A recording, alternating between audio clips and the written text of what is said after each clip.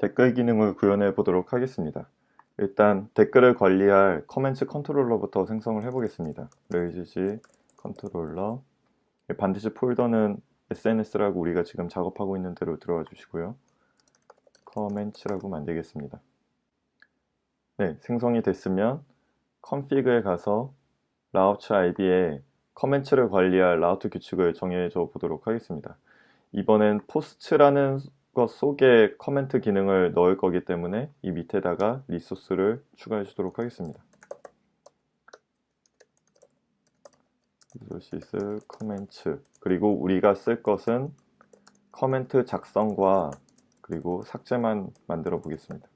create와 destroy 이렇게 저장을 하시고 밑에 터미널 창에서 rake 라우트 명령어로 과연 리소스 포스트 속에 리소스 커멘트를 넣었을 때 어떤 형태가 되는지 확인을 해보도록 하겠습니다. 일단 포스트가 부모고 커멘트가 자식이기 때문에 이렇게 네이스티드 된 형태로 구성을 한 거고요. 보시면 커멘트 크리에이트와 커멘트 디스트로이에 관한 라우트 규칙이 만들어졌는데 포스트 커멘트와 포스트 커멘트 이렇게 프리픽스가 만들어진 걸 확인할 수 있고요. 그리고 포스트 메소드와 딜리트 메소드로 확정이 됐습니다. 주소 규칙은 나와 있는데 파라미터로 포스트 아이디가 기본적으로 두 개 다 들어가게 된 걸 확인할 수 있습니다. 이게 리소스 포스트라고 되어 있는 거 바깥이 해주는 작업이고 속에 커멘트, 삭제할 때 아이디가 필요하겠죠. 커멘트 아이디를 따로 받는 걸 확인할 수가 있습니다. 네, 여기까지 됐으면 이제 댓글 작성 폼을 만들어 보도록 하겠습니다. 아까 컨트롤러를 생성했으니까 뷰 폴더에 앱에 뷰스 폴더에 커멘트 컨트롤러가 생겼을 거고요. 커멘트 뷰가 있는데 얘는 사용하지 않을 거고요. 그리고 포스트에 포스트 파샬로 들어가겠습니다. 여기 보시면 좋아요에 관한 기능, 수정 삭제, 그리고 댓글이라고 링크를 하나 달아둔 게 있습니다. 이쪽에 댓글 폼을 작성하도록 하겠습니다. 링크는 지워주시고 노트에 있는 폼을 복사해 와서 그 링크가 있던 위치에 폼을 붙여 넣습니다. 이 클래스 인풋 필드는 매티리얼 디자인에서 제공해주는 걸 입히겠다는 의미고요. 그리고 각각의 요소 텍스트 에리어 만들고 버튼 태그 만들고 이렇게 구성을 했습니다. 그리고 이쪽 클래스에 버튼을 하면 매티리얼 버튼 디자인으로 붙게 되고 텍스트 에리어 디자인도 매티리얼라이즈로 붙였습니다. 그리고 폼 태그에 액션의 주소에 해당하는 건 밑에 라우츠 규칙에서 보았듯이 포스트 언더스코어 커멘츠 패스로 보냅니다. 그리고 이쪽에 이 포스트 인자를 전달하게 되면 파라미터의 포스트 언더스코어 아이디에 해당하는 값이 이 포스트의 아이디로 들어가게 되는 겁니다. 만약에 딜리트 할 땐 포스트 아이디와 아이디를 두 개 보내야 되기 때문에 포스트 인자와 그리고 커멘트의 아이디 뭐 이런 식으로 보내줘야 될 겁니다. 지금은 작성할 때는 부모인 포스트의 아이디만 보내주면 됩니다. 저장을 하고 서버를 켜서 확인을 해보겠습니다. rails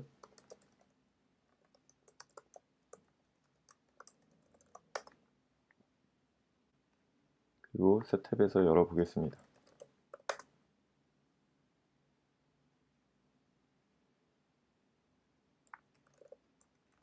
로그인을 하고 댓글 작성 폼이 만들어진 걸 확인할 수 있습니다. 댓글을 작성합니다. 라우트까지 적었으니까 이제 액션이 없다는 에러가 뜨겠죠. 크리에이트 액션이 없다라고 뜰 겁니다. 앱의 컨트롤러에 와서 커맨드 컨트롤러 열어주시면 파일이 열리고요. 이쪽에 def create 액션을 하나 만들어 주겠습니다. 그리고 임시로 렌더 텍스트 파람스의 컨텐트를 받도록 하겠습니다. 그 다음에 뒤로 가서 댓글을 작성합니다라고 다시 써주시면 방금 입력했던 내용이 출력되는 걸 확인할 수 있죠. 이걸 이제 데이터베이스에 저장해 주는 걸 짜보겠습니다. 헬로 하면 헬로라고 뜰 거고요. 일단 이렇게 두고 새로운 터미널을 열어서 raise g 모델 커멘트를 해주도록 하겠습니다. 커멘트 모델이 생길 거고요. migrate 파일을 열어주겠습니다.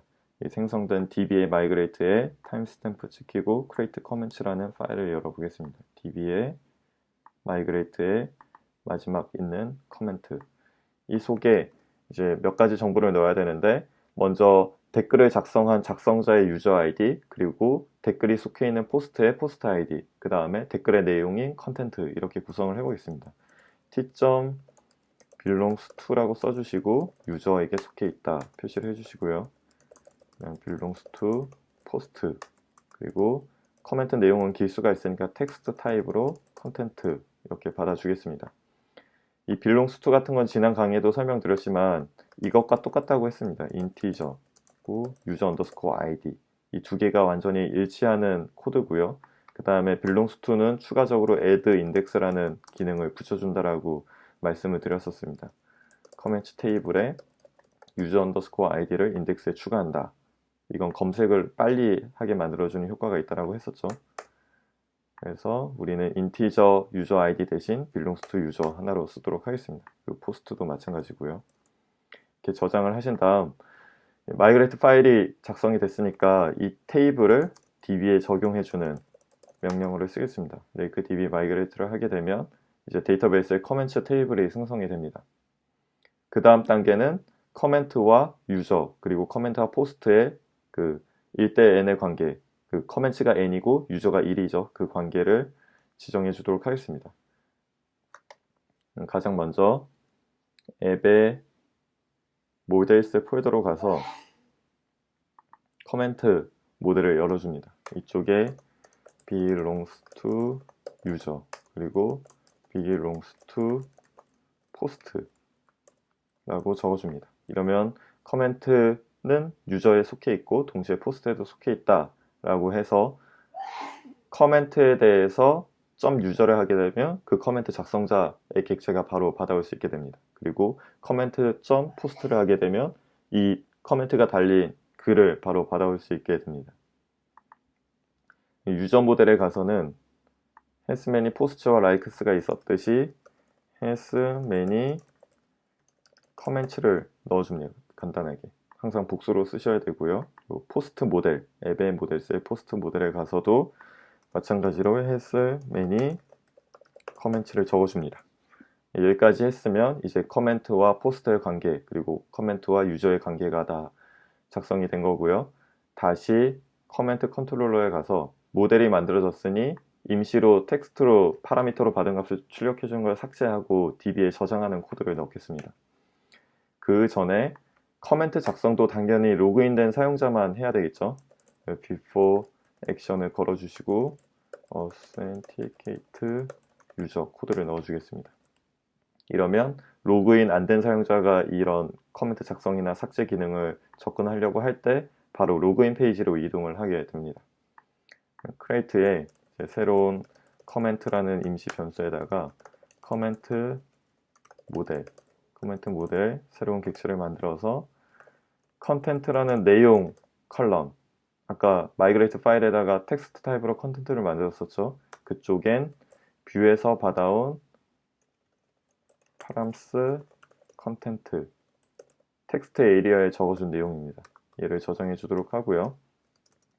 그 다음에 포스트 아이디에는 파람스 포스트 언더스코어 아이디, 이건 라우트 규칙을 생성할 때 네이티드로 구성을 하면 아까 말씀드렸다시피 이쪽에 보시면 포스트 언더스코어 아이디 파라미터로 가져올 수 있게 되는 겁니다. 커멘트 쪽에서 여기 담겨 있고요. 그 다음 마지막으로 유저 언더스코어 아이디에는 커런트 유저 세션에 있는 커런트 유저의 아이디를 담아주도록 하겠습니다.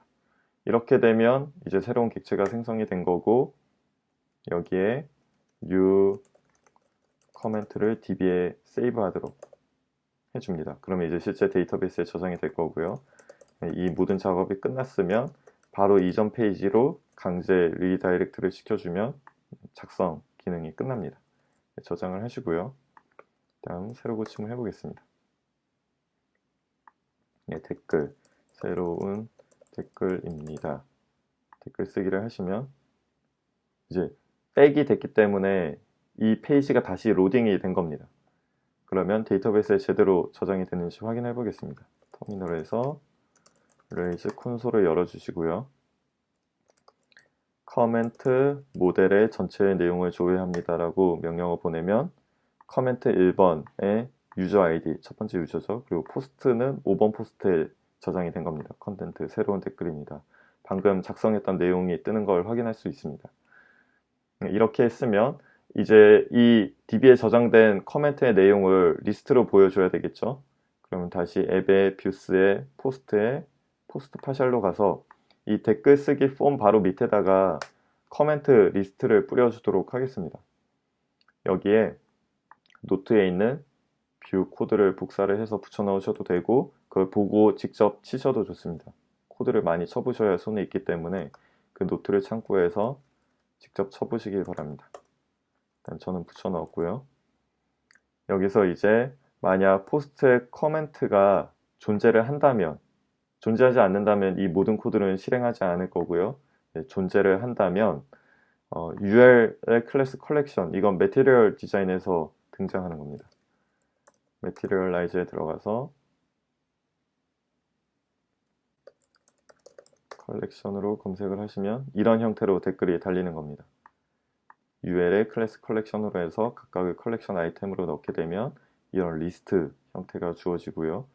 A 태그를 넣으면 이런 링크 형태도 만들어질 수가 있습니다. 헤더도 넣을 수 있고 이런 HTML 구조를 그대로 가져온 겁니다. 더 복잡한 기능도 넣을 수 있죠. 이 형태를 보고 구성을 한번 해보겠습니다.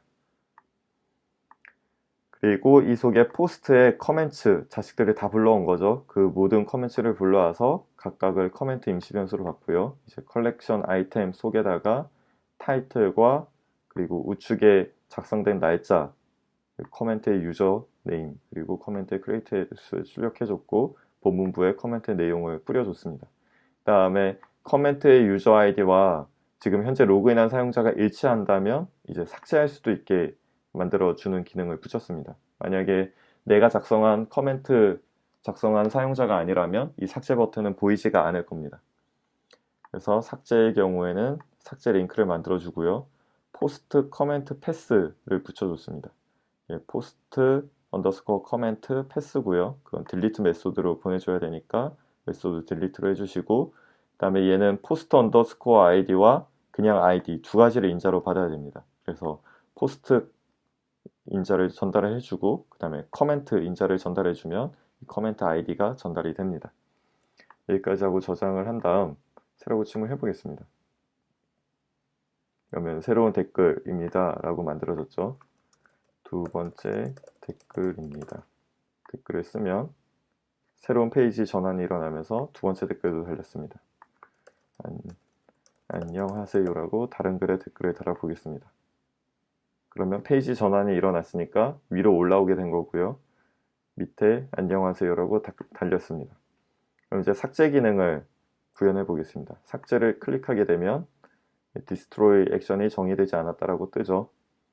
그러면 이제 어디에 가서 이 기능을 구현할지 아셔야 됩니다. 앱의 컨트롤러에 커맨드 컨트롤러에 가서 크리에이트 액션 밑에다가 디스트로이 액션을 만들어 주겠습니다. 디스트로이 액션을 만들어 주는데 여기에 임시 변수로 커멘트라는 변수를 하나 만들고요. 커멘트 모델에서 find by 하신 다음 아이디를 파라미터로 날라온 아이디를 찾아주시면 됩니다. 이건 커멘트의 아이디였었고요. 이 하나만 찾아주면 정확히 어떤 커멘트인지 찾았고요. 이제 삭제는 destroy만 해주시면 데이터베이스에서 깔끔하게 삭제됩니다. 다음 뒤로 돌아가 주시고요. 이 모든 내용은 이미 앞 수업에서 다 다뤘던 내용들이죠. 포스트 삭제랑 같은 내용이었습니다. 이렇게 하시면 되는데 이제 보안을 신경 쓰셔야 됩니다. 만약에 딜리트 메소드 방식으로 이 디스트로이 주소로 어떤 아이디를 막 보내면 내가 작성하지 않은 또는 내가 작성한 내용을 다른 사람이 삭제할 수 있게 되는 건데요. 그래서 반드시 이런 액션 내에서도 이 글이 진짜 그 사람의 글인지 체크를 해야 됩니다. 그래서 그 체크하는 메소드를 작성해 보겠습니다. private이라는 키워드를 써주고요. 체크 ownership 이라는 메소드를 정의해 보겠습니다. 그 디바이스에서 만들어준 authenticated user라는 액션, before 액션을 걸었듯이 마찬가지로 체크 오너십이라는 걸 우리가 직접 정의를 해준 겁니다. 얘는 로그인 안 됐을 때 로그인 창으로 보냈다면 이제 얘는 내가 작성한 글인지 아닌지 그걸 판단해서 내 글이 아니면 바로 루트로 그냥 튕겨내고요. 내 글이 맞다면 이제 바로 다음 디스트로이 작업이 이어질 수 있도록 작성을 해주는 겁니다. 여기에 커멘트라는 임시 변수에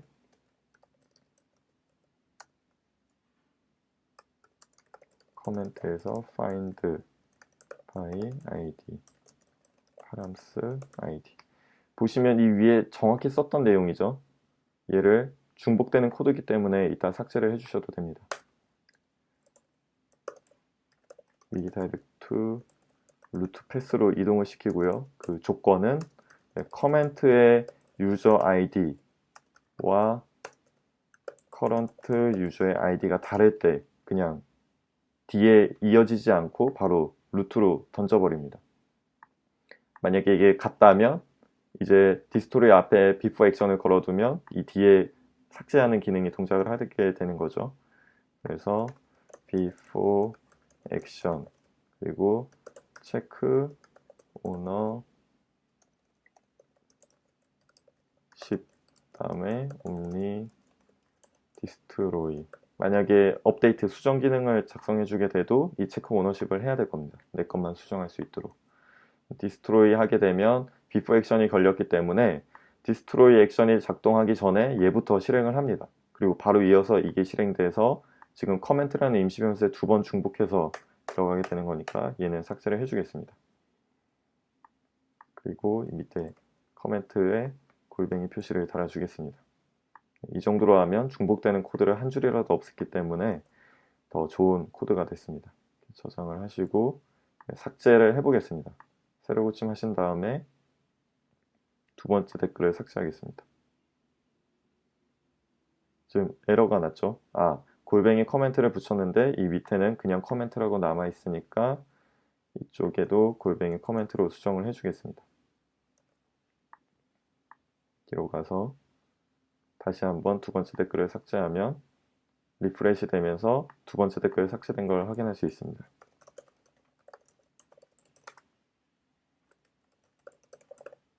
댓글을 쓰면 3번째 댓글 안녕하세요. 얘를 삭제할 수 있을 텐데 방금 2줄로 썼는데 1줄로 나오고 있습니다. 이거를 전에 한번 잡은 적이 있었죠. 그 앱의 에셋에 자바스크립트 스타일 태그 포스트에서 프리라인이라는 게 화이트 스페이스 속성을 줘서 프리라인을 줘서 엔터 친 걸 그대로 표현되도록 했습니다. 이 프리라인 클래스를 커멘트 뷰에다가 넣어주도록 하겠습니다.